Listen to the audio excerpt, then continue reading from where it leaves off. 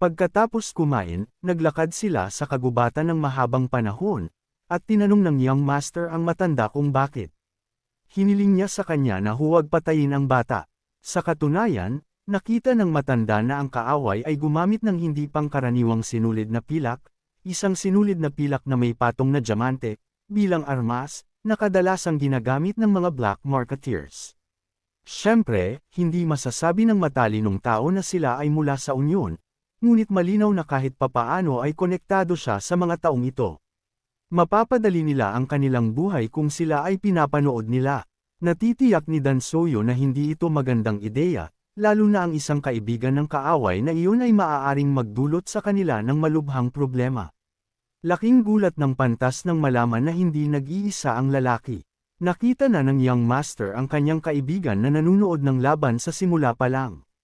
Siya ay isang napakalakas na guro, at kung siya ay nakialam, sila ay maaaring nasa malaking problema. Ngunit sabihin mo na sinabi mo na hindi ito mahalaga sa working, dahil kakayanin niya ang anumang panganib.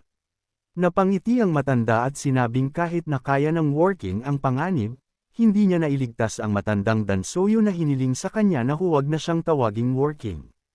Inisip ng pantas na ito ay medyo cool, at hindi niya maintindihan kung ano ang mali dito. Sa palagay ng young master, mas mabuti pa ito kaysa tawaging pantas. Nagtaka ang matanda kung ano ang mali sa palayaw na sage. Ipinagmamalaki naman ito ni Gaiban, ngunit hindi nito pinahanga lalo na ang binata. Hindi nagtagal ay dumating sila sa isa sa mga bahay, at isang mahalagang detalye ang nakita. Walang laman ang karatula, na ang ibig sabihin ay bukas sa lahat ang mga pinto ng establishmento. Ito ay medyo kakaibang lugar sa gitna ng bulubunduking lupain na may mahusay na kalsada, malaking bakod at mahusay na lokasyon. Binalaan sila ng matalinong lalaki na pupunta sila sa sanga ng Gaiban, ngunit isang abandonadong bahay lamang ang nasa lugar na ito.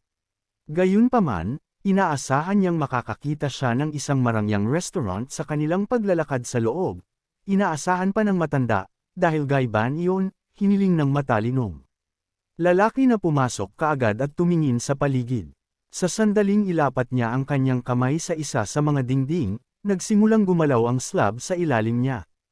Ang kilos na ito ay nagbukas ng isang lihim na pinto na lumitaw ng wala saan. Ang batang may-ari ay namangha sa site na ito, dahil hindi niya inaasahan na makakita ng isang lihim na silid sa isang abandonadong lungsod. Nang nasa loob na, nagsimulan na silang sumulong at pumunta sa kabilang bahagi ng bahay. Ang mga mandirigma na nasa lihim na silid na ito sa likod ng gusali ay pumila at nagbigay galang sa elder Hong Wu-gai. Tinanggap nila sila at natuwa sila na nakarating sila sa Taipei branch ng Gaiban. Nakangiti ang matanda na para bang nanalo sa loto, ang pagtingin sa mga bastos na ito na namiss niya ay isang hindi inaasahang tanawin. Walang sino man ang makakaisip na sa likod ng abandonadong bahay na ito ay isang buong pamayanan na nakatago sa mga bundok o kagubatan.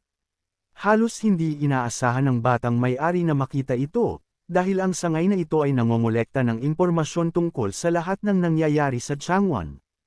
Pagkatapos ang lahat ng impormasyon ay ipinadala sa pangunahing sangay para sa pagpapatunay. Para sa kanila, ang impormasyon ang pinakamahalagang pag-aari ng pamahalaang Hainan SA, at kailangan itong pangasiwaan ng maingat. Kaya naman nagtayo sila ng ganoong lugar para sa madaling pamamahala. Dahil dito, makakahanap sila hindi lamang ng impormasyon tungkol sa mga black trader, kundi pati na rin sa iba pang impormasyon, kabilang ang mga scam mula kay Yuan. Bagamat medyo matagal na ang nakalipas, nahanap na nila ang lahat ng kanilang makakaya at ipinadala ito sa pangunahing sangay. Sigurado kami na kailangan nila ng kaunting oras at impormasyon. At kapag nahanap na nila ang branch of the black marketers, malalaman nila na itong lalaking nagngangalang Yamsake ay naging pinuno ng branch dahil sa kanyang mga natatanging kakayahan. Ang taong nagsabi ng lahat ng ito ay ang pinuno ng Gaiban branch, si John Soik, na nagpatuloy sa kwento tungkol sa misteryosong lalaki.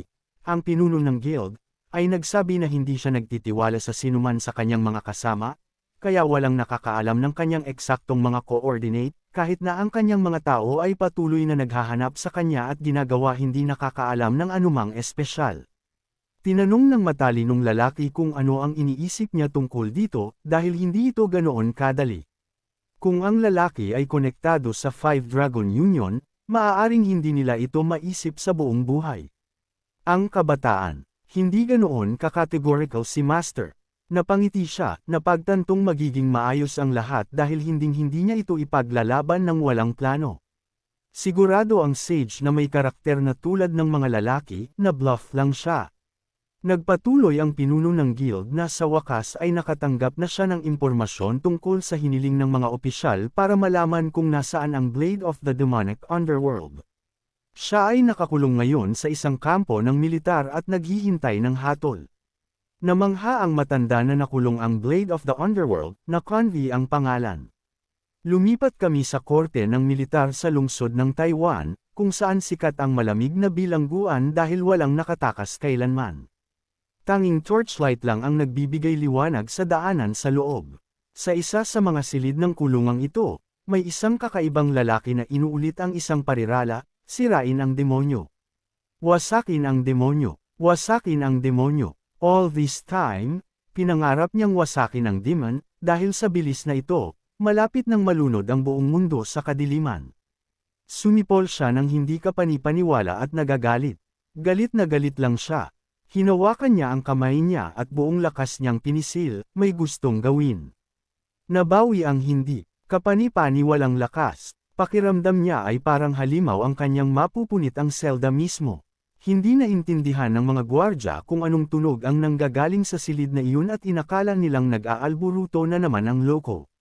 Ngunit ang lalaking ito ay galit na galit. Puno ng galit ang kanyang katawan. Hindi niya mapapatawad ang pumatay sa young master ng Crane Creek Clan sa sikat ng araw. Pinalo niya ang pader gamit ang kanyang mga kamay na patuloy na nagsasabi na walang sinuman ang nang-ahas na hamunin ng Crane Strike Clan sa Merm, at na ang bastos na ito ay kumitil sa buhay ng young master. Malinaw na hahatulan siya ng kamatayan kapag nagpasya ang warriors na tahimik na pumunta para tingnan kung ano ang nangyayari sa selda. Isang demonic force na nabalot ng diamond dust, hinawakan ang pinto, idiniin ito at pinatalsik ito ng isang pagsabog. Nakalaya ang mandirigma na ito, napagtanto na ang sumisira sa kasamaan ay nagiging masama mismo. Hinarap niya ang mga gwardya, nakikipaglaban sa kanyang paglabas. Ang kanyang katawan ay puno ng hindi kapanipaniwalang galit, ang bloodlust na nagmula sa kanya ay hindi kapanipaniwala. Tiningnan niya ang mga gwardya na inosente sa anumang bagay, at tinawag silang mga nakabababang demonyo na nagtipon dito. Bumalik kami sa young master na nagtanong kung sino ang lalaking ito. Sinabi ng pantas na ang taong ito ay medyo sikat, kilala ng lahat sa Ganja. Ngunit may isang bagay na mali, tila, maaaring ang Blade of the Demonic Underworld ay may napakalakas at pandak na build. Siya ay halos 2 metro ang taas, at gumamit ng bloodthirsty blade na kahanga-hanga sa laki nito. Ang mga bantay, syempre, ay walang magawa sa demonyong ito at tumakas sa lugar. Ikinalat niya sila sa lahat ng direksyon. Ang ilan ay tumakas, at ang ilan ay nanatili, na nakahiga na parang mga tuod. Ang hindi kapani-pani walang malakas na taong ito ay nakatakas mula sa bilangguan at lumakad na parang siya ang mismong sagisag ng kasamaan. Paulit-ulit niyang inuulit ang isang bagay. Gusto niyang sirain ang demon, at gagawin ito ng Blade of the Underworld bilang isa sa 5 warriors of the Five Dragon Union, na nagtatanggol sa Iron Union. Isa siya sa pinakamalakas sa Union. Marahil ang tinawag na kaibigan niya noong labanan ay isa rin sa 5 pinakamalakas na mandirigma. Ang tanging problema ay mayroon siyang matalas na pakiramdam ng hustisya, at mayroon siyang sariling mga pananaw tungkol dito. Ang demonic na nilalang na ito ay nais lamang na sirain ang demonyo dahil gumawa siya ng mga desisyon batay sa kanyang sariling paniniwala at opinyon, at pagkatapos ay nagpasya na kumilos sa kanyang sarili. Siya ang nagpapasya kung ano ang mabuti at kung ano ang masama para sa kanya, at nagtatakda ng kanyang sariling mga layunin. Ang Steel Archer na lumitaw ay nagtanong kung ano ang ginagawa niya dito. Wala siyang choice. Pumunta siya upang makita ang kanyang mahal na kaibigan, kahit na ito ay magbuwis ng kanyang buhay. Sa panahong ito, napatay niya ang lahat ng mga gwardya sa kulungang ito, at malinaw na sabik siyang makilala ang mandirigma na ito. Ang archer ay naghagi sa kanya ng isang espada at hiniling sa kanya na kunin ito sa kanyang mga kamay. Kinuha ng blade ng underworld ang sword at napuno ng puot. Sinabi sa kanya ng archer na ito ay isang utos mula mismo kay Yamzuak. Ang steel archer ay hindi kailanman nagbibiro, at maaaring ito ay isang tawag sa pagkilos.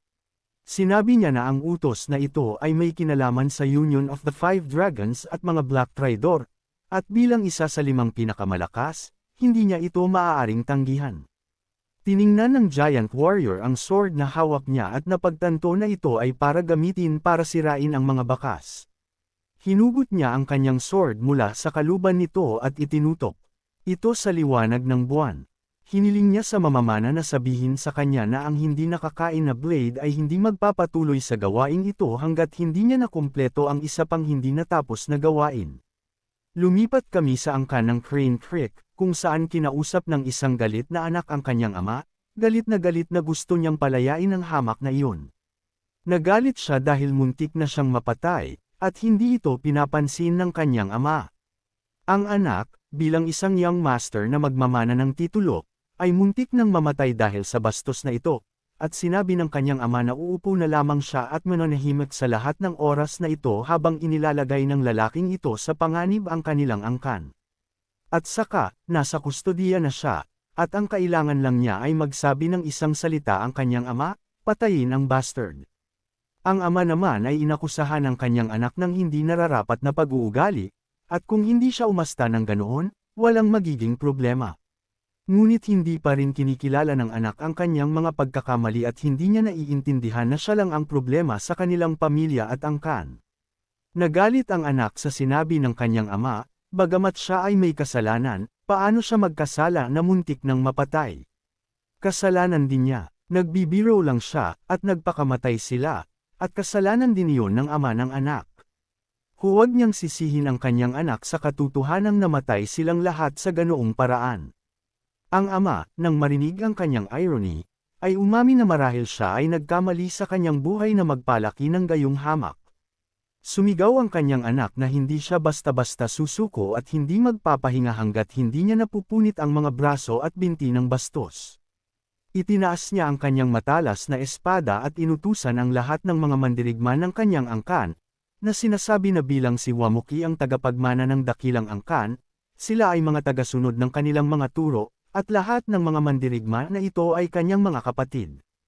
Kung ang tagapagmana ay sinaktan ng bastard na iyon, ibig sabihin, lahat sila ay nasaktan. Kasama niya ang isang hukbo ng mga mandirigma, at sa ngalan ng angkan ng Crane ngayon, nagpasya siyang ibalik ang karangalan at impluensya ng angkan. Nagtungo sila sa hukuman ng militar na puno ng puot upang pagpasyahan ang kapalaran ng hamak na iyon, na binuksan ang isang pinto na lumangit-ngit sa katandaan. Pumasok sila sa korte. Nang buksan ng young master ang pinto, sa likod nito ay nakatayo ang hindi nakakain na blade na ikanaway na ang kanyang sword. Napangiti siya, napagtanto na nahulog ang daga sa kanyang bitag, at sa isang napakabilis na paggalaw, ang espada ay tumakas sa hangin. Na hindi man lang nagkaroon ng oras upang mapagtanto kung paano ito nangyari. Bago pa man makarating ang warriors sa lugar, napatay na ang kanilang leader. Isang malakas na suntok ang naging alabok ng hangin na tuluyang nawasak. Nasaksihan ng ama na nakatayo sa malapit ang hindi kapani-paniwalang tanawing ito, ngunit ang kanyang anak ay nawasak na, at ang galit ay sumakit sa kanyang puso. Tumakbo siya palabas ng kanyang tirahan at inatake ang kontrabida. How dare he na gawin ang unimaginable atrocity sa kanyang anak? Ngunit ang hindi nakakain na blade ay bumaling sa ulo ng Juan sa angkan ni John, na inakusahan siyang nagdala ng gayong halimaw sa mundo, at matagal na niyang gustong kumilos. Walang makita ang ama sa harapan niya at sumugod siya, sa kabila ng hindi kapani-paniwalang pagkalugi. Inihanda niya ang kanyang sword at nasa harap na siya ng malaking hindi nakakain na blade. Nais lamang ipaghiganti ng ama ang kanyang anak, dahil pinatay siya sa paraang hindi karapat-dapat. Ngunit ang hindi nakakain na blade ay hindi magpapatalo sa sinuman. Nagkaroon ito ng mahusay na layunin. Nagsagupaan sila gamit ang kanilang mga espada, dalawang matapang na Masters the Blade ang nakakita lamang ng isang layunin sa kanyang harapan, upang sirain ang mga demonyo. Ito ang tanging bagay na mahalaga sa kanya sa buhay. Inaasahan niya mula sa angkan ng Crane na hindi karapat-dapat mabuhay ang mga gumagawa ng masama.